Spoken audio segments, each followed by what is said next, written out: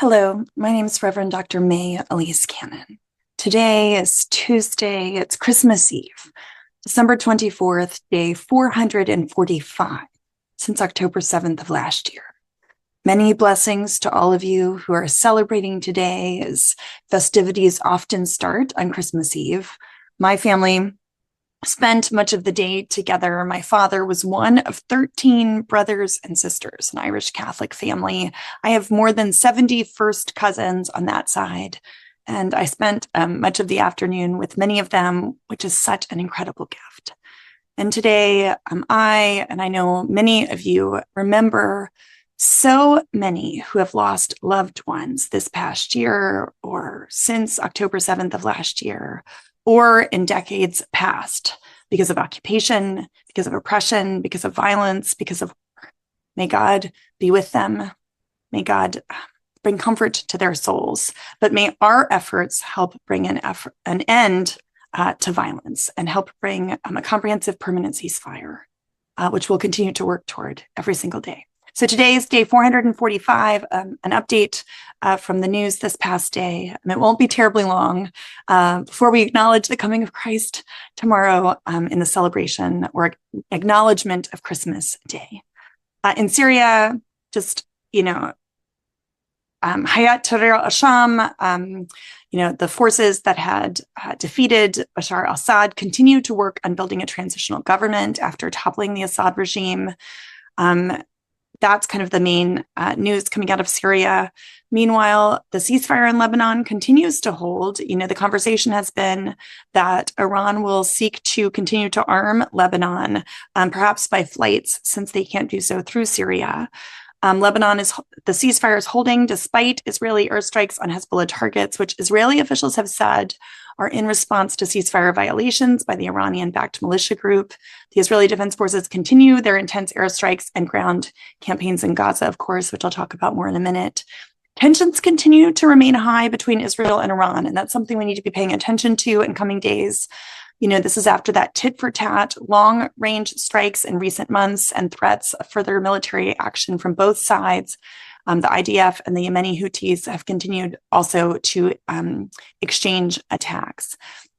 Remember, between Christmas and New Year's can be an incredibly dangerous time in the Middle East.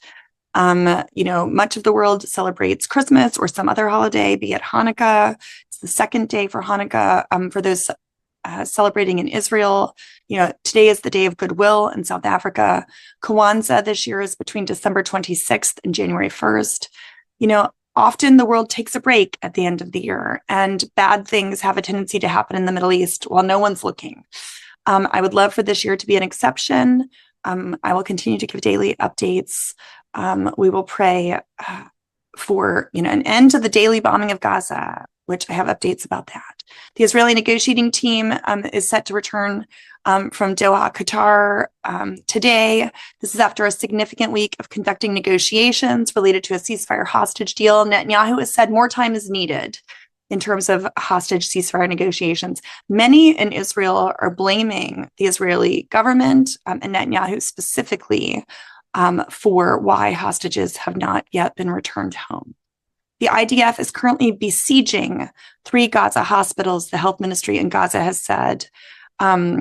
Israeli forces are intensifying their attacks around those 3 hospitals in the devastated and depopulated areas of the north portion of the Gaza Strip. At least 20 people were injured and many killed, according to medical staff at the Kamal Adwan Hospital. That was late last night. There was a robot bomb that was detonated in the hospital's vicinity, according to medical sources. I don't have a specific death toll. Israeli forces have said that they killed a Hamas operative in Gaza City.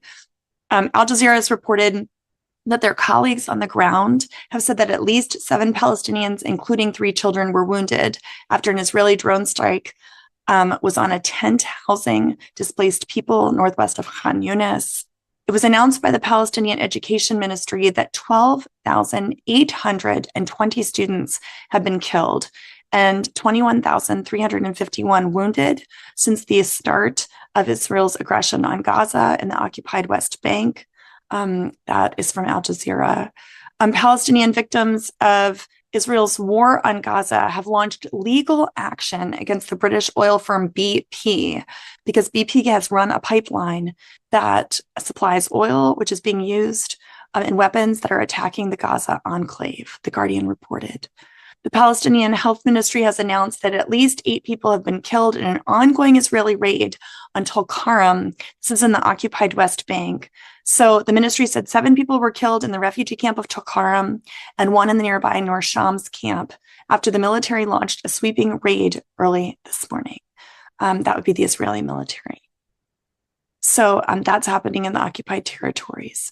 The U.S. military killed 2 ISIS terrorists. That's a quote from the Jerusalem Post during a precision strike in Syria. It occurred in an area that was formerly controlled by the Syrian regime and also the Russians, CENTCOM reported. And Israeli leaders announced that they will be responding to Houthi attacks from Yemen. Several people in Israel were injured by a Houthi strike this past week. And so the Jerusalem Post and many other news outlets have reported that Netanyahu has said this will be tolerated no longer, that Israel will respond. Presumption seems to indicate militarily. I wanted to share with you, I got a text from Gaza today from a dear friend. He's Muslim. He said, second Christmas in this endless nightmare. He's one of my dearest friends. And this, I read this as a cry from him and a prayer from my heart. So these are the words from a Palestinian Muslim living in Gaza today on Christmas Eve. He said, my hope was to send you all warm wishes for Christmas and the New Year, to spread joy and strength during this holiday season. Instead, I find myself searching for words that won't cast a shadow on your holiday and family time. My intention was to offer a glimpse of resilience in the midst of hardship, but reality has led me elsewhere.